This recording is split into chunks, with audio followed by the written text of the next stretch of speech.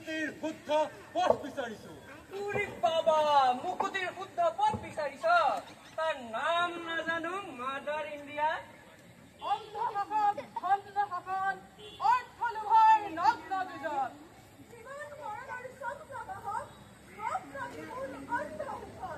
উৰি বাবা, অন্ধ শাসন, ভণ্ড শাসক।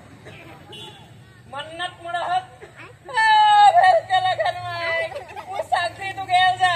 ক্ৰান্ত জীৱন আজি, ক্ৰান্ত দিশত আজি, দুচকুত ভাহে বাটু, শান্তিৰ শুদ্ধ ৰথ, মুকুতিৰ শুদ্ধ পথ। মক্কেল হক, গান বন্ধ কৰ, কথা বন্ধ কৰ। এই মুলুকত গান নিষিদ্ধ। গান নিষিদ্ধ? কোনে নিষিদ্ধ কৰিছে জুবিনদাৰ মুকুতিৰ গান? নহয়, গাব পাৰিবি, কিন্তু লাৰে লাপ্পা। অন্ধ শাসন, ভণ্ড শাসন, এইবোৰ কিন্তু মোৰোতো চাকৰি এটা আছে।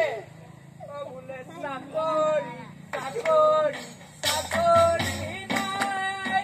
চাকৰি, চাকৰি, চাকৰি নাই। চাকৰি, চাকৰি, চাকৰি নাই। চাকৰি, চাকৰি, চাকৰি নাই। চাকৰি থাকিও অভাৱত যায়। চাকৰিটো যাবতো। গুলি মাৰক আপোনাৰ চাকৰি। পিছে আপুনি ইয়াত কি কৰি আছে? ঘোঁৰাৰ ঘাঁহ কাটি আছো। তাত তালিকা দেখা নাই ডিউটি কৰি আছো। ডিউটি? কিহৰ ডিউটি? গছ কটাৰ ডিউটি।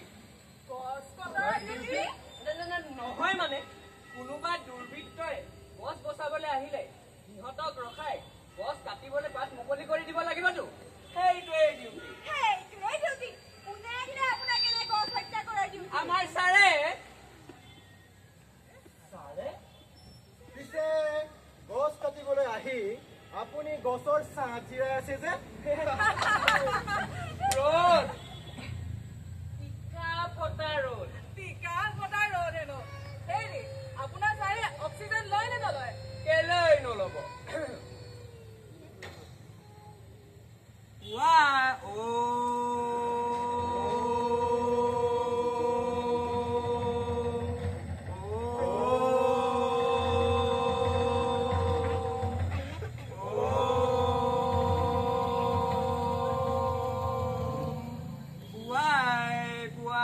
প্ৰাণায়ামৰ মাধ্যমত কিলৈ কিলৈ অক্সিজেন ভৰাই লৈ দিনটো আবুল তাবুল বকি থাকে। কোনোবাই শুনিলে নেকি বাৰু? তুমিও শুনা নাই? ৰক্ষা দেও।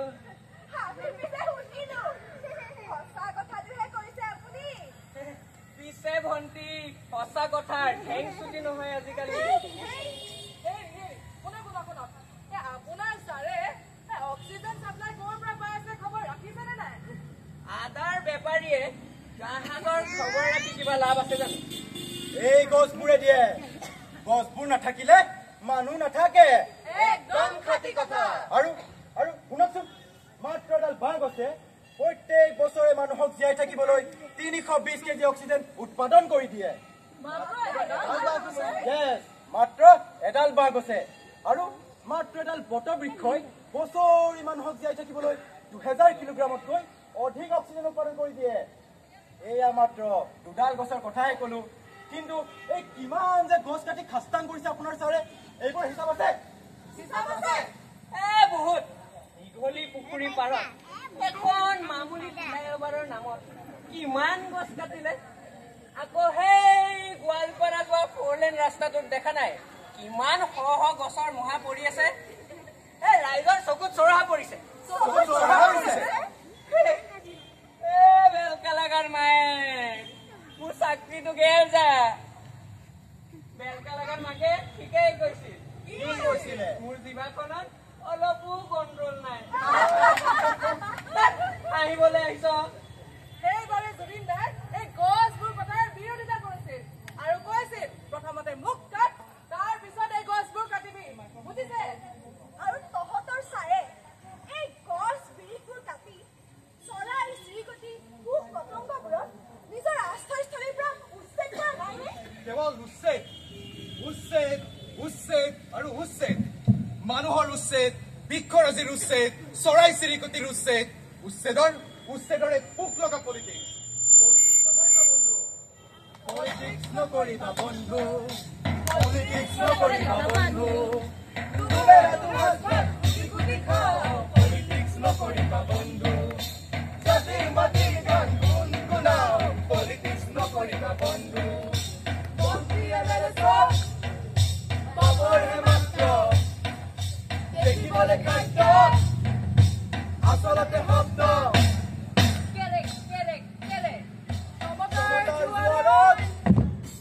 আমি আছো মুক্ত, জাগ্ৰত জনতা কৰি দিব ভ্ৰষ্ট, পৰিৱৰ্তন শব্দটো শুনিবলৈ ভাল, তাতে দিনা তিনিটা, তাতে দিনা তিনিটা, তাতে দিনা তিনি, তাতে দিনা তিনিটা, তাতে দিনা তিনিটা, তাতে দিনা তিনিটা, তাতে দিনা তিনিটা, তাতে দিনা তিনিটা। চাফা পৰিৱেশ চাফা মানে স্বচ্ছ ভাৰত নহয়, জুবিনদাৰ কবিতা শুনক, মোৰ কাম চাফা কৰা, মোৰ পঢ়া শুনা নাই, পঢ়িবলৈ মনো নাই, বৰষুণত নাচো, ৰ'দত খেলো, মজাৰ নাই, তাত ঘিনা পিন্ধা। প্ৰতিডাল দুবৰিত মোৰ কণ্ঠলৰালি, প্ৰতিজোপা গছত জুৰি নোপোৱা মোৰ অম্লান চেতনা, মোৰ উদং পথাৰত তোৰ বৰ উৎপাত। মই গছৰ সন্তান, মই পাহাৰৰ সন্তান, মোক চুই দিলেই জ্বলি যায় এবুক বহ্নিমান, বহ্নিমান, বহ্নিমান, বহ্নিমান, মই তোৰ নহয়, মই প্ৰকৃতিৰ সন্তান। মা, অ' মা, এই আন্ধাৰখিনিৰ শেষ ক'ত? এয়াই জুবিন গাৰ্গৰ কবিতা। আবে ময়ো জুবিন বে, জুবিন গাৰ্গৰ গান গাব নাচনো ভাবিছা, আবে ফাটাই দি শুন।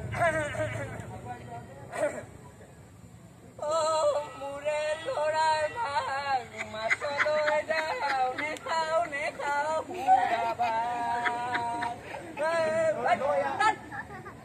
ৰয়া ৰয়া ৰয়া ৰৈ হে ৰয়া ৰৈ, ময়ো এজন জুবিন গাৰ্গ হয়। কেনে ফাটাই দিছো না, তাৰ নাম নাজানো। দিয়ক আপোনাৰ গান, পিছে আপুনি নিজৰ নামটো জানেনে? জানো, কিন্তু কোৱা মানা। আপোনাৰ নাম নোকোৱাই ভাল।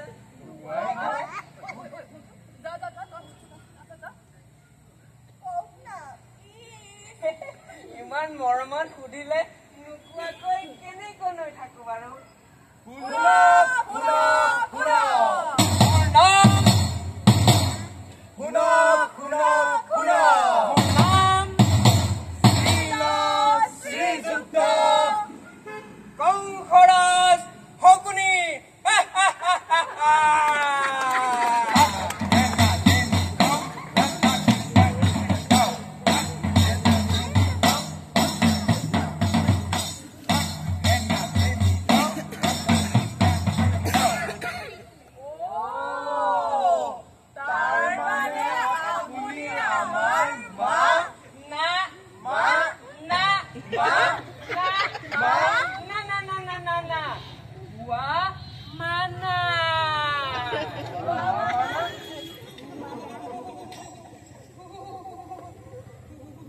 এই মুলুকত এতিয়া থেতুৱৈ লগা শীতৰ ভয়ত জুপুকা লাগি আছে এই মানুহবোৰ, জিভাবোৰ জঠৰ হৈ গৈছে, ওঠবোৰ অলৰ অচৰ, কুঁৱলীৰ দৰে বিৰাট কলা ভয় তাই চানি ধৰিছে সমাজ, আৰু এই ভয়ক জয় কৰাৰ বাবে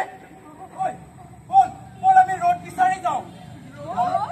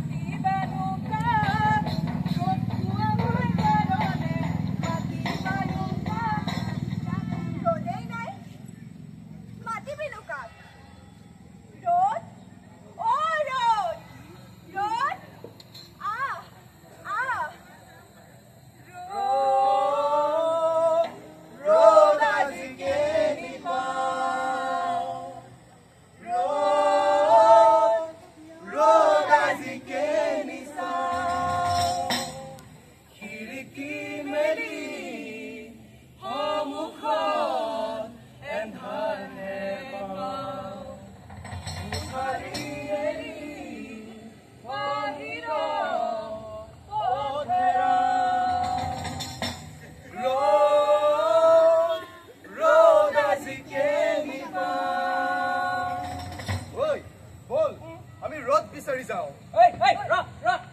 আগ নাবাঢ়িবি, আগলে বাট নাই। বাট নাই? হায়ে, সেইফালে দিয়ে এটা পথৰুৱা বাট আছিল। এই বাটে দিয়ে কান্ধত নাঙলৈ খেতিয়কে পথাৰত হাল জুৰিছিল। সেই বাটটো কওক। সেই ৰামো নাই, সেই অযোধ্যাও নাই। এইবোৰ এতিয়া ভিআইপিৰ মাটি। আমদানি ভাইৰ হাতলৈ গ'ল। দেখা নাই কাটাতাৰৰ ভিতৰত কি শ শ বিঘা কৃষিভূমি।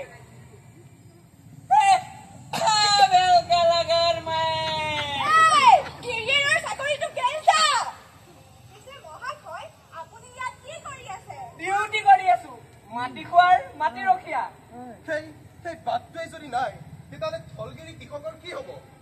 আৰে বাবা, তাৰে কোৱা শুনা নাই? ফলগিৰিৰ জাতি, মাটি, ভেটি ৰক্ষাৰ কাৰণে ইয়াতকে উৎকৃষ্ট নিদৰ্শন আৰু ক'তোৱেই নাই। উৎকৃষ্ট নিদৰ্শন? এয়াই তেওঁলোকৰ জাতি, মাটি, ভেটি ৰক্ষাৰ উৎকৃষ্ট নিদৰ্শন হ'বলা? নহ'ব। এই বিনামূলীয়া চাউল খাই নাক বজাই শুই থাকিলে নহ'ব। কিন্তু পথ বিচাৰি ল'ব লাগিব, মানুহৰ শুদ্ধ পথ, জুবিনদাৰ মানৱতাৰ পথ। আৰু ঐ চাইছো চাহিয়া, দেখিছনে এয়া ৰজাৰ দৌল। পোহৰে পাখি মেলি দিছে। আৰু সমাজৰ জীৱনৰ বাট পথবোৰত ৰজাই সিঁচি দিছে জাতি, মাটি, জাত পাত, ধৰ্মৰ মেঘ মৰা এন্ধাৰ।